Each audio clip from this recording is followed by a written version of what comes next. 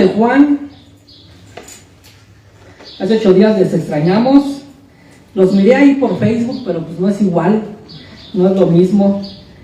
Pero sí, ahí estuve escuchando la palabra, las alabanzas. Amén. Me tocó ir a otro lugar a compartir, pero ya estamos hoy aquí. Juan capítulo 3, versículo 16. Un pasaje que nadie conoce, ¿verdad? Juan 3, 16.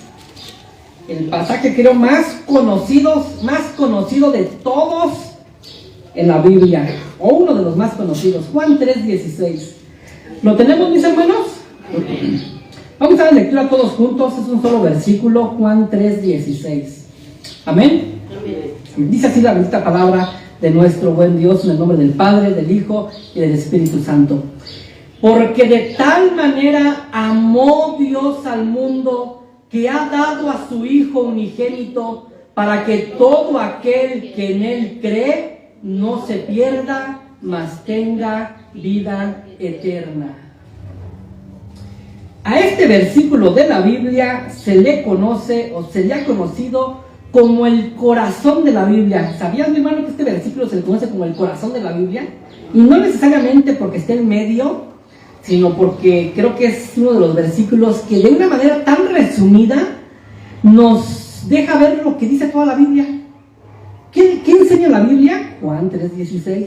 Lo que podemos tener de una manera bien resumida en Juan 3:16, todo lo que dice la Biblia. Por eso Juan 3:16 se le ha llegado a conocer como el corazón de la Biblia. Estamos iniciando una semana, mis hermanos, una semana donde vamos a ver en las redes sociales un montón de corazoncitos.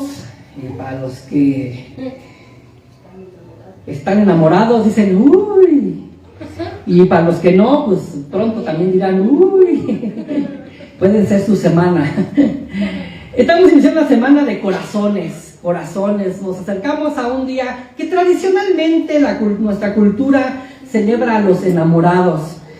Una semana de emociones, para algunos gratificantes, emociones gratificantes para aquellos que están esperando un buen regalo, una cena, no lo sé. Y deprimente también para otros, los que pues dicen, pues a mí no me va a llegar nada, creo. Pero para que tu estado de ánimo, mi hermano, no dependa de estas fiestas, muchas de las veces consumistas, porque creo que es lo que más se promueve, el consumismo, y lo que te cuesta, te podría costar en cualquier otra etapa del año una cantidad muy pequeña en esta semana, pero todo por las nubes. Así que para que tu estado de ánimo no dependa de estas fiestas consumistas, si lo quieres celebrar tenemos libertad en Cristo. Esa es nuestra libertad cristiana, siempre y cuando nos vemos a Cristo en lo que hagamos. Pero para que no dependan tus emociones de estos festejos, hoy te voy a hablar, mis hermanos, del verdadero amor.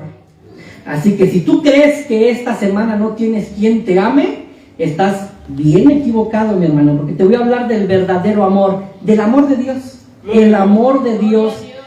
Y ya que esta semana hablamos de corazones, pues por eso el título de nuestro mensaje es El corazón de la Biblia. El corazón de la Biblia. Y nos vamos a basar en este texto que hemos leído, Juan 3:16. Juan 3:16. Y lo vamos a hacer, mis hermanos, vamos a analizar este versículo, el corazón de la Biblia, lo vamos a analizar a través de un acróstico, ¿les parece?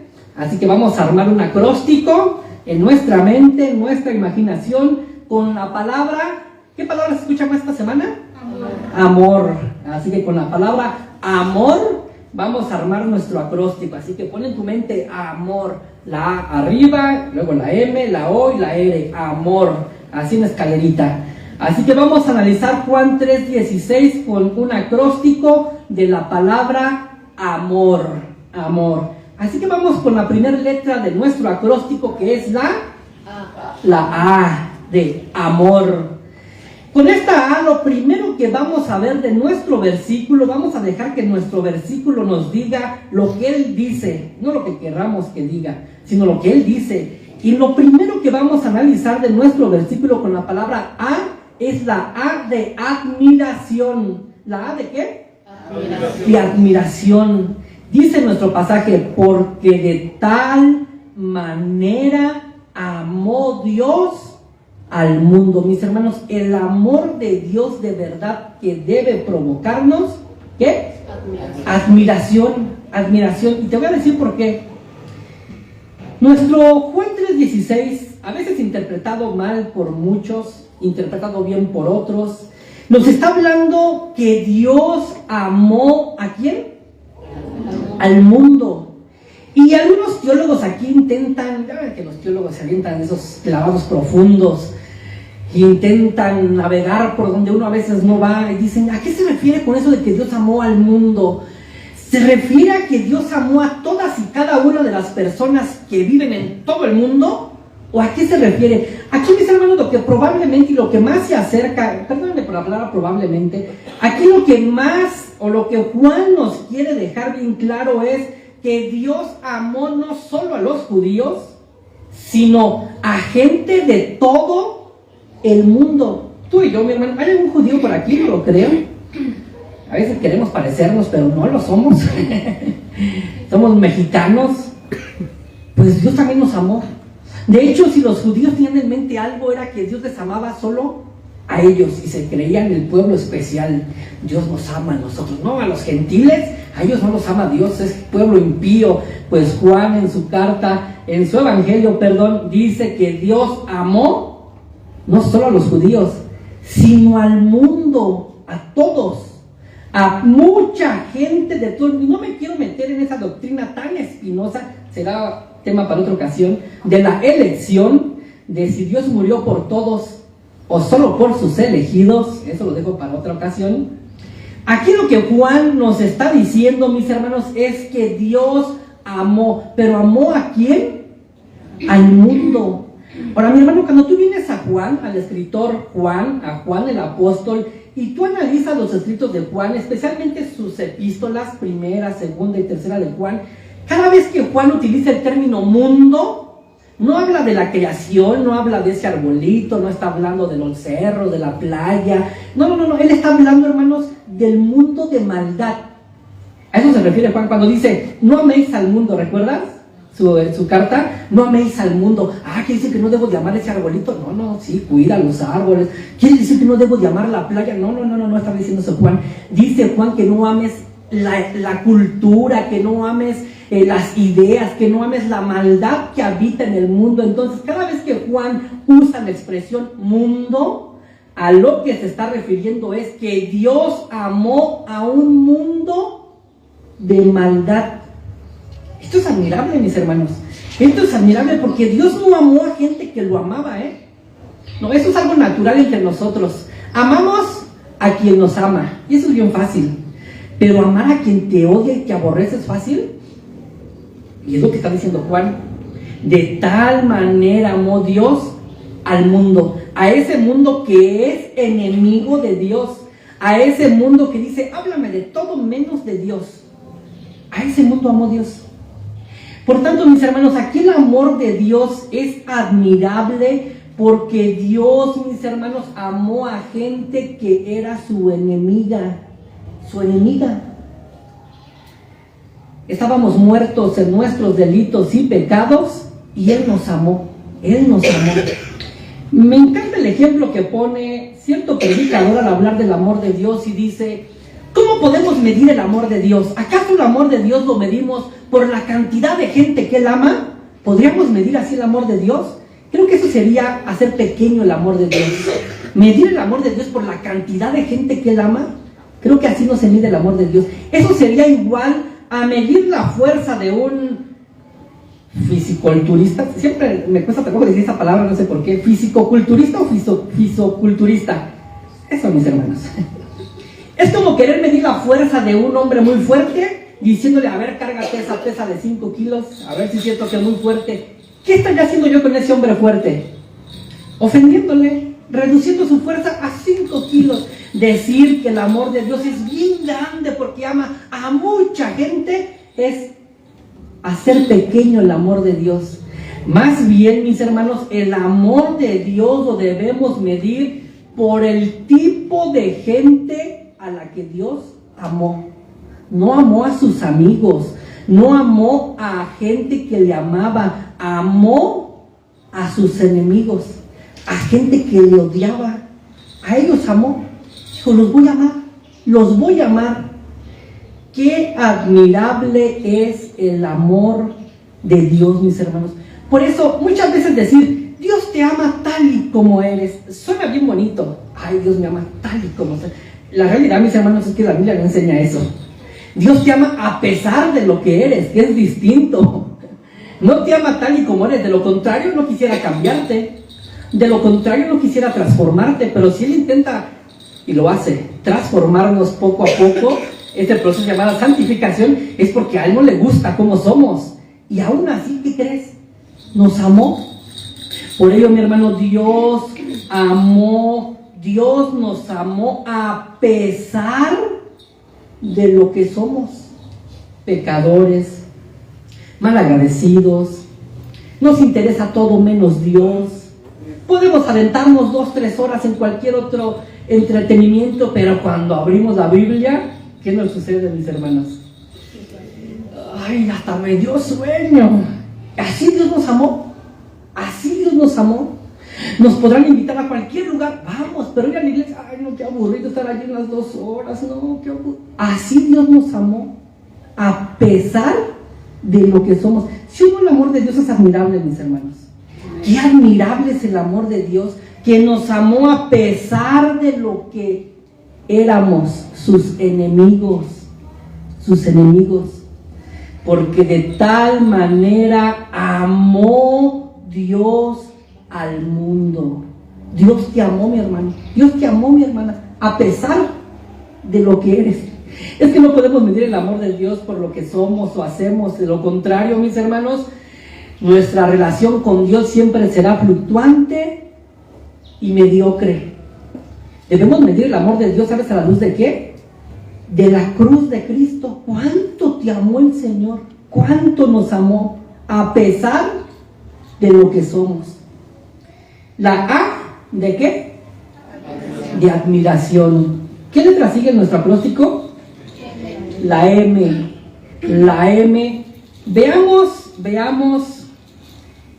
¿Qué más nos dice? ¿Qué más incluye Juan 3:16? Ya hemos visto que Juan 3:16 incluye admiración. Admiración por el gran amor de Dios. Pero también Juan 3:16 incluye y nos habla de muerte. Mis hermanos, muchas veces cuando leemos Juan 3:16 solo pensamos en el amor de Dios, porque de tal manera amó Dios al mundo que ha dado a su Hijo unigénito para que todo aquel que en Él cree no se pierda, mas tenga vida eterna. ¡Ay, qué hermoso pasaje del amor de Dios! Oye, solo estás viendo la cara de la moneda. Es que Juan 3:16, mis hermanos, es como una moneda de 2 caras. Por un lado sí ves el amor de Dios, pero si tú volteas la moneda, mi hermano, ¿sabes qué hay del otro lado? Muerte. Hay muerte. Hay una cruz. Hay una cruz. M de muerte. M de muerte. Mi hermano, la gente de todo el mundo, y eso nos incluía a ti y a mí, merecíamos morir. Porque hemos pecado. Porque la paga del pecado es la muerte. Merecíamos morir todos. Pero Dios, ¿recuerdas cómo dice Efesios capítulo 2? Pero Dios, que es rico en misericordia, pero Dios, dice otro predicador llamado Archie Sproul, hay esos peros benditos en la Biblia, pero Dios, que es rico en misericordia, nos amó, mis hermanos. ¿Sabes qué hizo? Entregó en nuestro lugar a su Hijo. Esta expresión, de hecho, la siguiente parte de nuestro versículo, vuelvo a leer 3:16 de Juan, porque de tal manera amó Dios al mundo, aquí viene la otra parte, que ha dado a su Hijo unigénito. ¿Qué es esta expresión de que ha dado? Aquí la expresión que ha dado, mis hermanos, es una palabrita en griego que es algo así como didomi, y quiere decir entregar, repartir, ofrecer. Entonces podemos decir, porque de tal manera amó Dios al mundo que entregó. De hecho, algunas versiones cambian la frase que ha dado por que entregó a su Hijo unigénito. Pero también podríamos decirlo, porque de tal manera amó Dios al mundo que repartió a su Hijo. Él no lo repartió. Y para repartirnoslo, hermanos, ¿sabes qué tuvo que hacer? Molerlo, para repartirnoslo. Juan 3:16 no solamente nos habla del gran amor de Dios, que ya lo vimos, también nos habla de muerte y de juicio. Dios el Padre entregó a su único Hijo para que tomara nuestro lugar y muriera en lugar nuestro de la peor manera. De hecho, también hay la M de amor, M de amor. ¿A quién entregó en nuestro lugar? Al Mesías, M de Mesías. Así que ahí el acróstico lo puedes completar con A de admiración, M de muerte y también M de Mesías. ¿Quién iba a morir en nuestro lugar? El Mesías. La palabra Mesías, mis hermanos, es una palabrita en hebreo, que la palabra en griego es Cristo, así que Mesías y Cristo es la misma palabra, solo que una es en hebreo y otra es en griego. En español es ungido. Mesías, Cristo igual a ungido. Y es que desde el principio, mis hermanos, de la Biblia, en Génesis 3, Dios le promete a la mujer que de su descendencia iba a venir el Mesías. ¿Recuerdas aquel versículo que se conoce como el proto-evangelio? El evangelio en miniatura. Dios dice, de tu descendencia se levantará uno que le herirá la cabeza a la serpiente. ¿Quién es ese uno que se iba a levantar y iba a destruir la maldición causada por la serpiente? ¿Quién era? El Mesías, el Hijo de Dios, hecho carne. ¿Quién iba a morir por nosotros? ¿Quién se iba a entregar por nosotros? El ungido. De hecho, mis hermanos, todos esos oficios en el Antiguo Testamento, ¿recuerdas que había algunos oficios en el Antiguo Testamento a los cuales se les derramaba aceite? ¿Recuerdas alguno de esos? Son tres oficios en el Antiguo Testamento a los cuales se les derramaba aceite. Y es que ungido quiere decir derramarse aceite.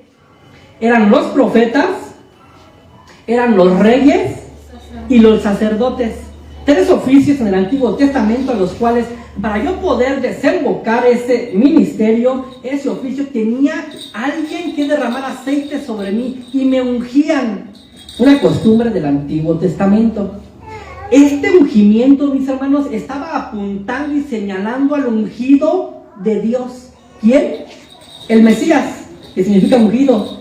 Cristo, el Hijo de Dios, Jesucristo. Así que estos oficios estaban señalando, apuntando que alguien vendría a ser nuestro profeta, nuestro sacerdote y nuestro rey. ¿Quién es esta persona que es nuestro profeta, nuestro sacerdote y nuestro rey? ¿Quién es? Nuestro Señor Jesucristo. Ay, que ustedes no tienen profetas, ¿verdad? ¿Cómo no? Tenemos a nuestro profeta, se llama Jesucristo.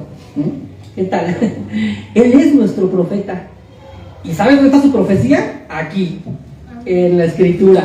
Aquí está la profecía que nos dejó nuestro profeta, el Señor Jesucristo. Él es el cumplimiento de todos los profetas del Antiguo Testamento. De hecho, nuestro Señor Jesús dijo que el último profeta, ¿quién fue? Juan, porque él ya le dio la bienvenida y la entrada, le preparó el camino al profeta verdadero, aquel a quien esperábamos, el Mesías, a quien se iba a entregar en nuestro lugar por nuestros pecados. Y mis hermanos, ¿de qué manera se iba a entregar? Esta palabra también que ha dado es entregar en el sentido de ofrecer un sacrificio. Porque de tal manera amó Dios al mundo que entregó en un sacrificio a su Hijo unigénito. Mis hermanos, la muerte de nuestro Señor Jesucristo fue un sacrificio en nuestro lugar. Ya lo he dicho otras veces y no me canso de decirlo. La muerte de cruz, mis hermanos, era una muerte vergonzosa, la peor de las muertes. En las películas, ya se acerca Semana Santa, me gusta Semana Santa.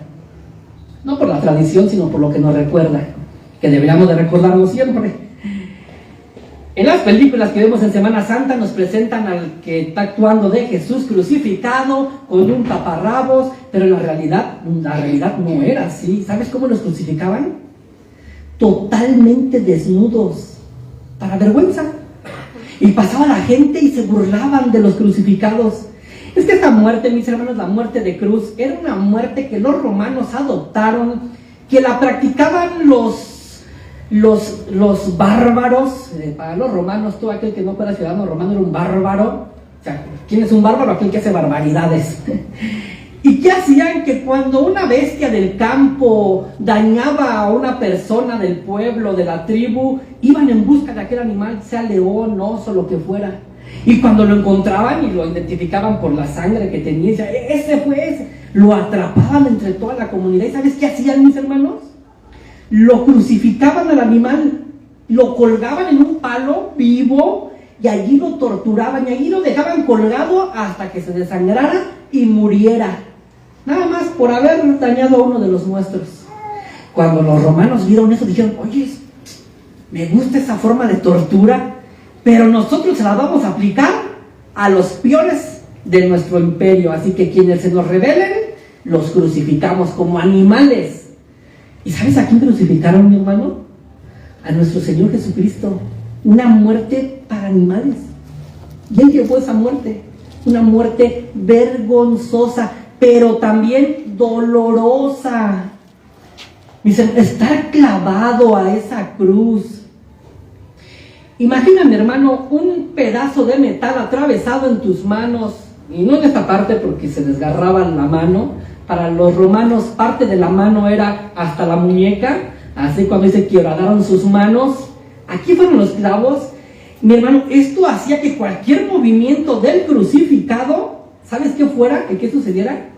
Como calambres. ¿Alguna vez has tenido algún calambre? A ver, ¿dónde están los mayores de... ¿Dónde están los treintones para arriba? A los que sabemos qué es eso, decimos, ¡ay, son horribles!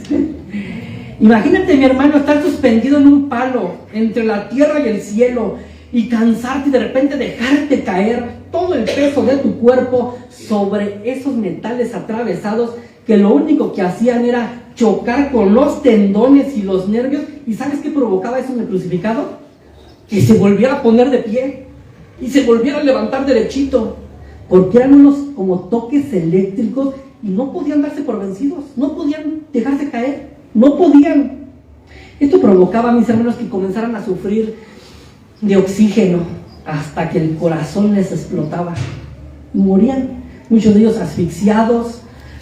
Y los que no morían, ¿recuerdan? Que les rompían las piernas.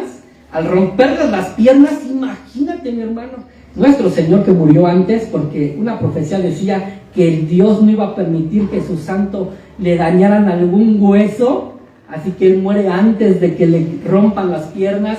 Pero mis hermanos, la cruz era una muerte dolorosa, dolorosa.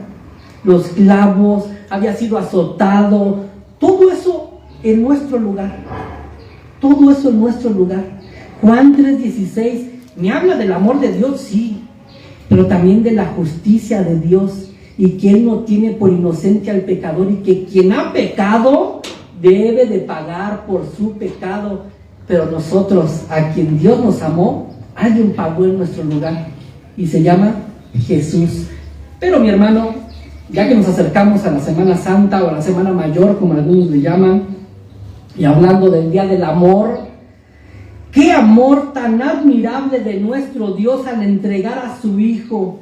Pero lo que tú y yo no podemos ver, mi hermano, lo que a simple vista está velado, porque vemos los sufrimientos físicos y emocionales de Cristo. Todos se burlaban de Él, las torturas que Él padeció, fue azotado, crucificado.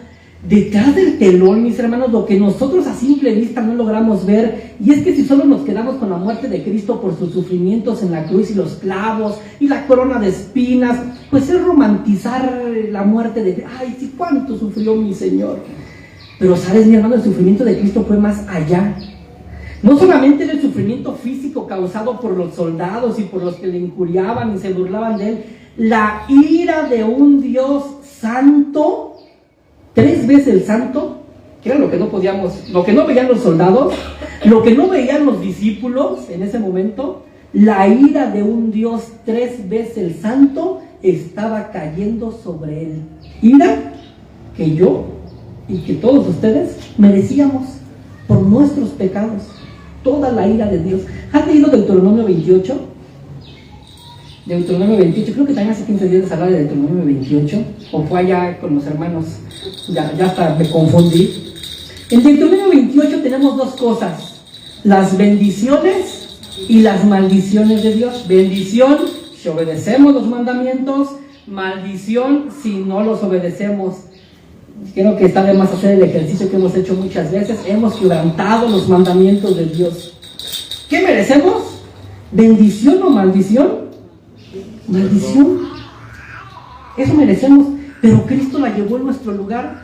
Es decir, que cuando nuestro Señor estaba crucificado en esa cruz, Deuteronomio 28, maldito serás en la ciudad, maldito en el campo, maldita tu descendencia, todas las maldiciones estaban siendo pronunciadas, ¿sabes sobre quién? Sobre Cristo. Todas esas maldiciones estaban cayendo sobre Él. Maldiciones que yo y que tú merecíamos por nuestros pecados. Juan 3:16 incluye el amor tan admirable de Dios, pero también incluye el santo y justo juicio de un Dios santo, trayendo la muerte de su Hijo unigénito en nuestro lugar, en nuestro lugar. Hemos visto la A ¿de qué? Admiración. De admiración. Hemos visto la M de amor, M de muerte y también M de Mesías. ¿Qué letra sigue? La O de amor. La O. Juan 3:16 también incluye un obsequio. O de obsequio. Obsequio. Dice la siguiente parte de nuestro versículo: para que todo aquel que en Él cree, ahí nos detenemos, ahí está la coma. Para que todo aquel que en Él cree. ¿Sabías, mi hermano, que para que tú y yo podamos creer en Cristo, necesitamos que Dios nos haya regalado fe? De lo contrario, no pudiéramos creer en Cristo. Mi hermano, así que no te sientas superior a tu vecino, a tu familiar que no cree en Cristo. Ay, yo soy mejor que él porque él, necio, no cree en Cristo. Oye, tranquilo, si tú crees es porque Dios te regaló fe. Pídele al Señor que tenga misericordia de él y también le regale fe. ¿Recuerdas Efesios 2? Porque por gracia sois salvos por medio de la fe. ¿Y esto? ¿Cuál es esto, mis hermanos? La fe no es de vosotros, así que no se emocionen, Señor, si yo voy a entrar al cielo es porque yo tuve fe, Señor. Y Dios dice, hijo, tuviste fe porque yo te la regalé. De lo contrario me odiaras. De lo contrario no quisieras nada de mí. Y así te amé. Y dije, te voy a regalar fe para que creas en mí. Mi hermano, Juan 3:16 incluye un obsequio, fe. Esto no de vosotros, es un don de Dios. Y para que nos quede bien claro, Pablo dice a continuación, no por obras, para que nadie se gloríe. En otras palabras, mis hermanos, la fe es la única acción que no es una obra. Caray, ¿cómo así? No lo sé, pero así es. La fe es la única acción que no es una obra nuestra, es un regalo de Dios. Es un regalo de Dios para que todo aquel que en Él cree. Para creer, mis hermanos, requerimos fe. En otras palabras, Dios nos da fe y nosotros ¿qué hacemos? Creemos. Dios nos da fe y nosotros respondemos creyendo. Entonces no tengo que hacer nada para hacer eso. Sí, cree en el Señor Jesucristo, dice la Biblia. Cree en el Señor Jesucristo y serás salvo tú. Esa es la acción que tú haces por el don que Dios te dio, fe. En otras palabras, mi hermano, cuando estamos creyendo en Cristo, no nos deberíamos de sentir superiores a nadie ni mejores a nadie, sino más bien humildes y agradecidos con Dios, de decirle, Señor, gracias porque me diste fe y por eso creo en ti. Es que, mis hermanos, el orgullo espiritual no va con el cristiano. Soy cristiano y estoy orgulloso de ser cristiano. Yo creo que no eres cristiano, mi hermano, porque el orgullo espiritual no va con el cristianismo. El orgullo espiritual, de hecho, es lo contrario del cristianismo. Ser cristianos deberíamos ser humildes. Sí, Señor, así como tienes misericordia de mí, me has dado fe, dale fe a mi familiar, dale fe a mi esposo, dale fe a mi esposa, porque, Señor, si no, yo creo que yo estaría peor. Conociéndome a mí mismo, yo estaría peor y haría cosas peores.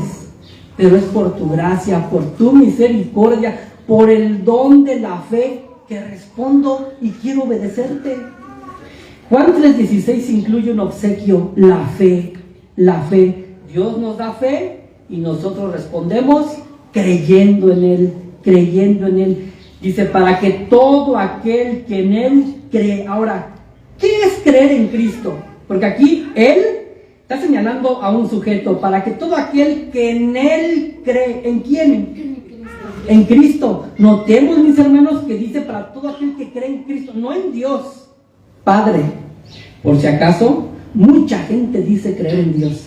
¿Te has encontrado mucha gente que dice, si yo creo en Dios? Sí, yo creo en Dios, yo creo en Diosito. Hasta, yo de verdad que respeto a Diosito. Es que la salvación no es si crees en Dios, la salvación es si crees en Cristo. Si crees en Cristo. Dios ha depositado toda la fe en Cristo, en una persona llamada Cristo. Así que no importa qué tan creyente seas de Dios, tú necesitas creer en Cristo. Pero ¿qué es creer en Cristo? ¿Qué es creer en Cristo? Creer en Cristo, mis hermanos, es creer en Cristo. Eso es creer en Cristo. En otras palabras, creer en Cristo es dejar de creer en ti mismo, mi hermano. ¿Sigues confiando en tu bondad? ¿Sigues confiando en tu capacidad para la salvación? No, yo sí voy a ser salvo porque mira, yo voy a la iglesia todos los domingos, yo ayuno, yo diezmo, yo oro, yo. ¿Recuerdas a la parábola de Jesús cuando dice que dos hombres vinieron a la iglesia y uno de ellos, el fariseo, que era el religioso, se paró hasta enfrente y era el yo? Yo te doy gracias, Señor, porque yo no soy como ese que está atrás. Yo doy diezmo de todo lo que hago. Yo esto, yo ayuno, yo. Eso me tiene que hacer agradable ante ti, Señor. Ese hombre estaba confiando ¿en quién? En él mismo. En el yo, dice nuestro hermano. No estaba confiando en Cristo, no estaba confiando en Cristo y en su salvación. Estaba confiando en Él, en lo que yo he hecho. Aquel que no ha hecho nada, está perdido. Y el que estaba hasta atrás solamente estaba ya agachado diciendo, Señor, sé propicio a mi pecador. En otras palabras, sé tú el pago por mis pecados. Sé tú el sacrificio por mis pecados, porque yo no puedo salvarme. Y dice Jesús, les aseguro que el publicano, regresó a su casa justificado. Y no así el otro. Mis hermanos, ¿qué es creer en Cristo? Creer en Cristo es dejar de confiar en tus bondades, dejar de creer en tu moralidad. Como les he dicho, y este ejemplo me lo llevaré y lo repetiré, hay dos maneras de hundir un barco, mis hermanos. Dos maneras de hundir un barco. ¿Se la saben? Ya se la deben de saber. Uno, llénalo de basura, de estiércol y de todo lo más abominable que puede haber. Llénalo y lánzalo al alta mar. ¿Sabes qué le va a pasar? Sobrecárgalo. Se va a hundir. Se va a hundir como el Titanic, se va a hundir. Pero también hay otra manera de hundir un barco. Llénalo de cosas valiosas, de oro, de plata, de joyas, todo lo más hermoso que puedes encontrar y sobrellénalo. ¿Y qué crees? Y lánzalo al alto mar. ¿Qué crees que le va a pasar? También se va a hundir con todo y sus joyas. Hay dos maneras de condenarse, mi hermano. Llénate de pecado y de maldad y de inmoralidad, te condenarás. Pero también hay otra manera de hundirte y irte a la condenación. Llénate de bondades, moralidad y ser el hombre más moral del universo. Y cree en ti mismo. ¿Y qué crees? Igual te vas a hundir. Igual te vas a hundir. En ningún otro nombre hay salvación, mis hermanos. Y ese nombre incluye el de Isaac y el tuyo. En ningún otro nombre. Solo en el nombre de Jesús. Solo en el nombre de Jesús hay salvación.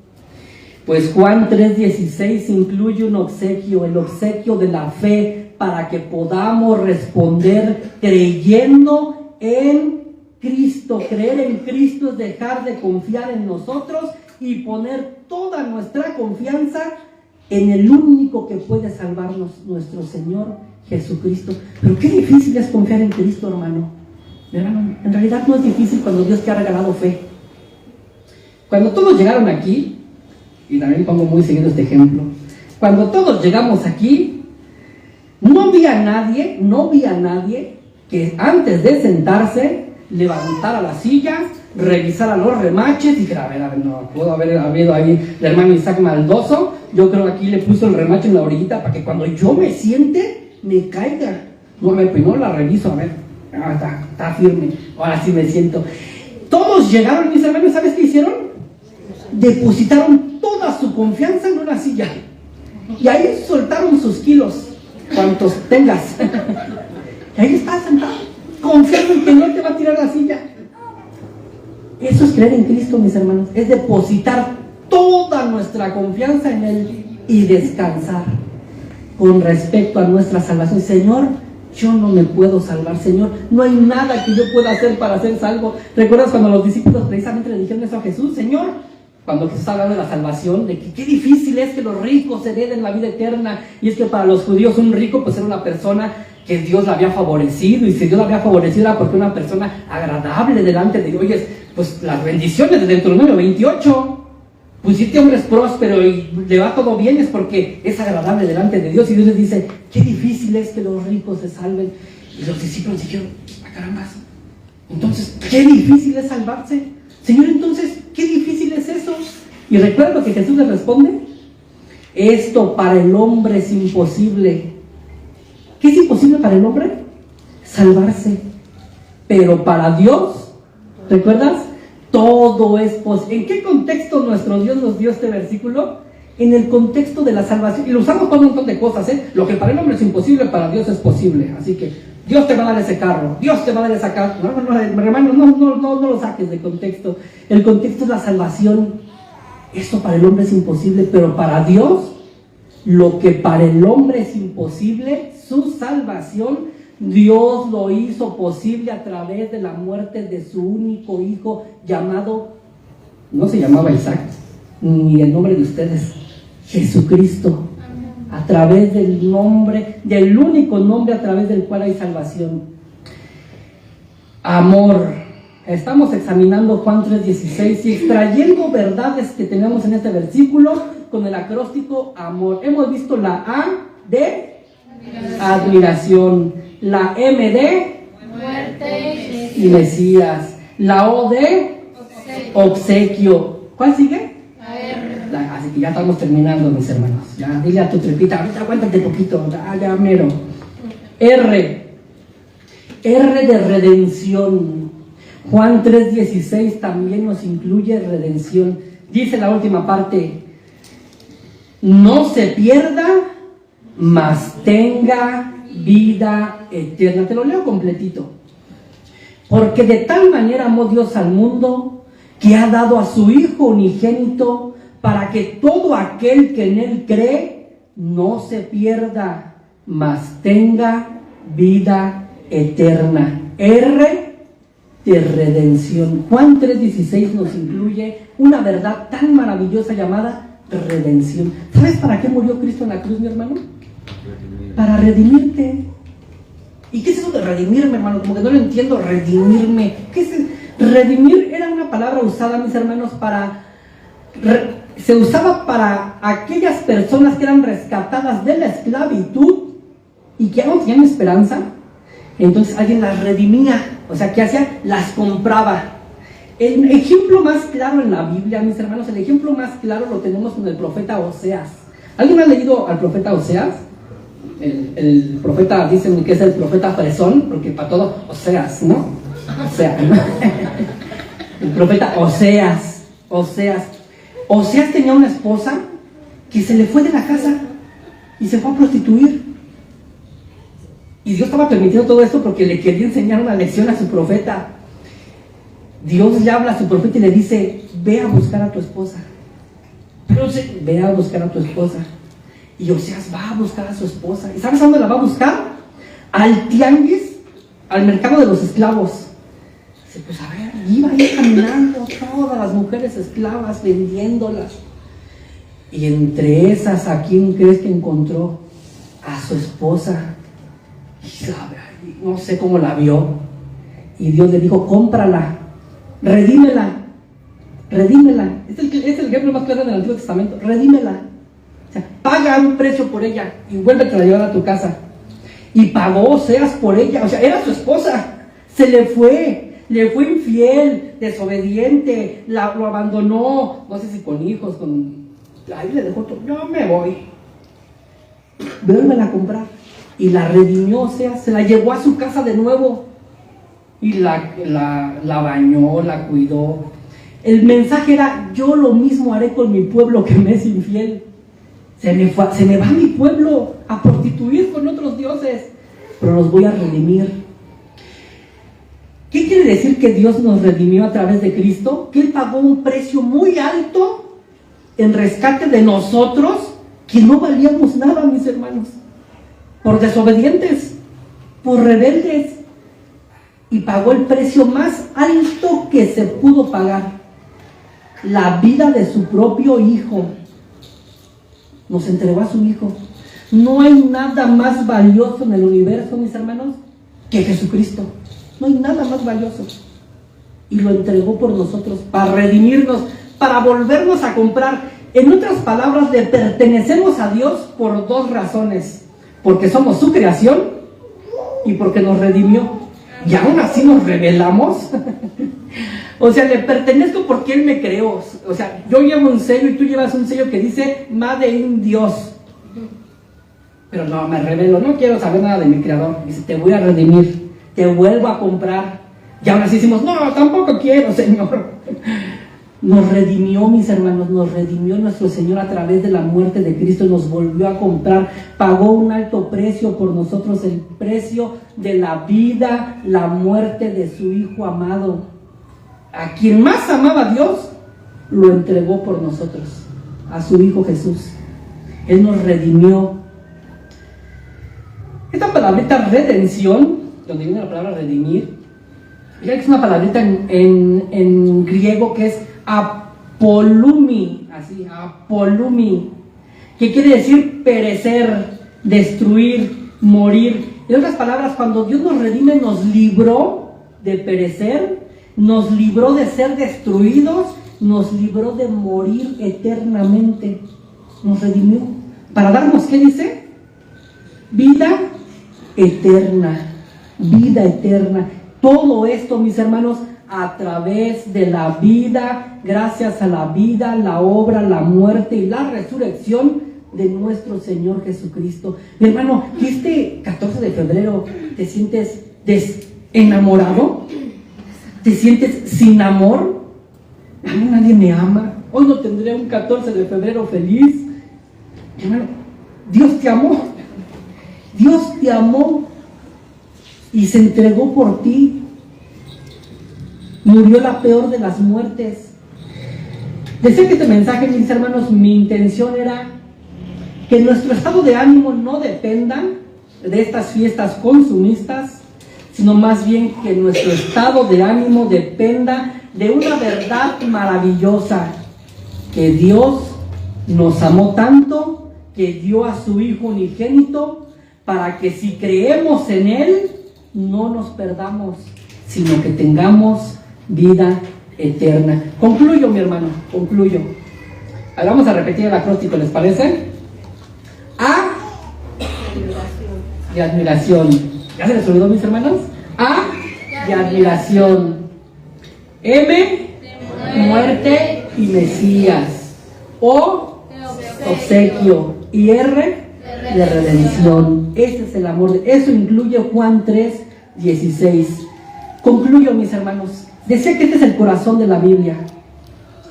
Pues, mi hermano, el corazón de la Biblia tiene que ser también el corazón de tu vida. El corazón de la Biblia tiene que ser el corazón de tu vida y de mi vida. ¿Quieres un motor que te haga todos los días, a pesar de tus problemas y de tus dificultades, decir, yo voy a seguir adelante? ¿Quieres un motor que te anime así? Juan 3:16. Juan 3:16, mi hermano, es el corazón de la Biblia y tiene que ser tu corazón. Si oyes, ¿por qué estar así? Si Dios me amó tanto, entregó lo más valioso del universo por mí, ¿por qué estar decaído? ¿Por qué estar triste? ¿Por qué estar desanimado? No voy a levantar mi cabeza. El corazón de la Biblia, mis hermanos, tiene que ser el corazón de nuestra vida. ¿Cómo hacer eso? ¿Cómo hacer que el corazón de la Biblia sea nuestro corazón? Una, Si tú estás aquí hoy y no le has rendido tu vida a Cristo en arrepentimiento y fe, ven a Cristo en arrepentimiento y fe. Ven al Señor confesando tus pecados y Señor, reconozco que merezco la muerte por estos y estos y estos pecados, que me acuerdo y que soy consciente, y de los que no soy consciente, merezco la condenación. Pero también creo, Señor, creo que tú moriste en mi lugar. Sálvame, perdóname. Eso es venir a Cristo con fe. Venir reconociendo nuestra maldad y venir también reconociendo su sacrificio en la cruz. Es arrepentimiento y fe. Arrepentimiento de nuestros pecados y fe en el Señor Jesucristo. Ya vimos lo que es fe en el Señor Jesucristo. Pero también, mi hermano, si tú ya eres creyente y dices, pues yo ya le he rendido mi vida al Señor, pero aún así no siento ese motor todos los días como de levantarme y decir, ay, Dios me ama, voy a echarle ganas. ¿Qué tenemos que hacer, mi hermano? Repetirnos constantemente el Evangelio. Predícatelo a ti mismo. Levántate y dite en el espejo, Isaac, Dios murió, o Dios entregó a su hijo por ti. Es que a veces, mis hermanos, les predicamos el Evangelio a la gente, ¿verdad? Dios te ama, mira, entregó a... ¿Y te lo predicas a ti? ¿Cuántas veces te lo has predicado a ti, mi hermano? A ver, me voy a predicar el Evangelio a mí mismo. A ver, Isaac, ¿sabías que eres pecador y que mereces el infierno? Ay, no me digas. Predícatelo a ti mismo y concientízalo, introdúcelo en tu corazón y di, a ver, esto es para mí. Y después medita y piensa en lo que Jesús hizo por ti en tu favor. Pero no debes ir al infierno porque alguien ya pagó por ti. Jesús murió por ti. Sí, es cierto, Jesús murió por mí. Cree en Él, ríndele tu vida a Él. ¿Qué tenemos que hacer constantemente, mis hermanos? Predicarnos el Evangelio. El Evangelio, mis hermanos, no es la puerta a la salvación. El Evangelio es la puerta, es el sendero y es la meta de la salvación. Es el todo. No solamente es la puerta. El Evangelio no es el brincolín que te lleva a la salvación. No, el Evangelio es la escalera completa. Escalón por escalón, escalón por... Y entre más meditemos en el Evangelio y en la obra de Cristo, en su vida, en su muerte, en su resurrección, veremos cómo ese motor, mis hermanos, se va encendiendo y dices tú, ¿por qué estar desanimado? ¿Por qué estar triste, hombre? Soy hijo de Dios, Él me adoptó en su familia, Cristo murió por mí. Predícate, prediquémonos a nosotros mismos el Evangelio, sea que seas religioso o sea que seas el hombre más inmoral. Predícate el Evangelio. De hecho, mis hermanos, Juan 3 es Jesús predicándole, ¿sabes a quién? Al hombre más religioso de su época, a Nicodemo. No sé si te has dado cuenta que Juan 3:16 está dentro del diálogo de Jesús con Nicodemo. ¿Quién era Nicodemo? El más religioso de su tiempo. Era un principal, un príncipe entre los fariseos, al que cuando lo veían se quitaban el sol y decían, mira, es Nicodemo, saluda a Nicodemo, hijo. Ah, señor Nicodemo. No, es respetable ese señor, moral, honrado, no, todo lo que tú pudieras ver en una persona como buena. Ese era Nicodemo. Y Jesús le dice, Nicodemo, para ir al cielo necesitas nacer de nuevo, Nicodemo. No es por tu moralidad. Cree en el Señor Jesucristo. Dios te entregó a su hijo por ti. A este que te está predicando, cree en Él. Así que, mi hermano, sea que seas un religioso o sea que seas un inmoral, predícate el Evangelio. Predícate el Evangelio. Y de esa manera el corazón de la Biblia llega y puede llegar a ser el corazón de nuestras vidas. Inclina tu cabeza, mi hermano, ahí en tu silla, en tu lugar. Y vamos a Dios en oración.